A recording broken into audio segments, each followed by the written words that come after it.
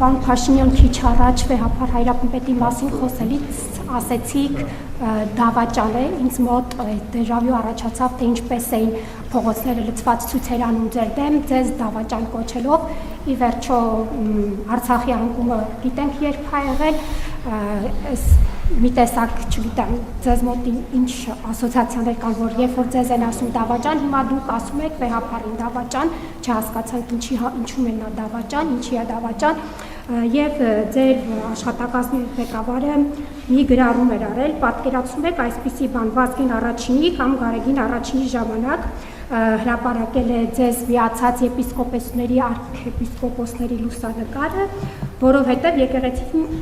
վեհապարի ժամանակ ինքը Ավազանի անունով ա գրել, այսպիսի խայտարակության է հասել, որ 10 սրբազաներ Բայրաթորի տարածքում ասում են հեռացիր, ինչը նախադեպ չունի, երբ դիտարկում արեցի, որովհետև դա ձեր իշխանության ժամանակ ա եղել, ձեր աշխատակազմի,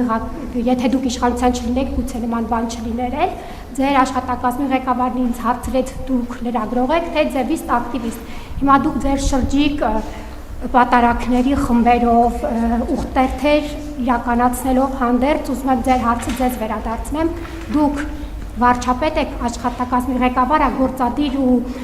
օրենսդիր իշխանության մարմիններ եք, թե քայլիստ ակտիվիստներ, շնորհակալություն։ Մենք միշտ ենք քայլ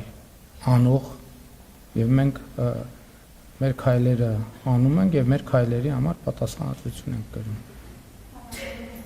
Դավաճանի մասով այո դուք ճիշտ եք, բայց երբ որ ձեր ասածը տեղի ունեցան արտահերթ խորհրդարանական ընտրություններ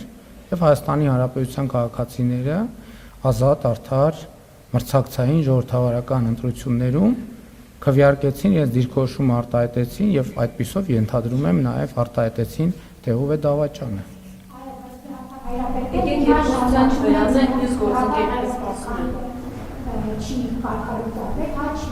Քանի դեռը բանալի բառը քանի դեռն է։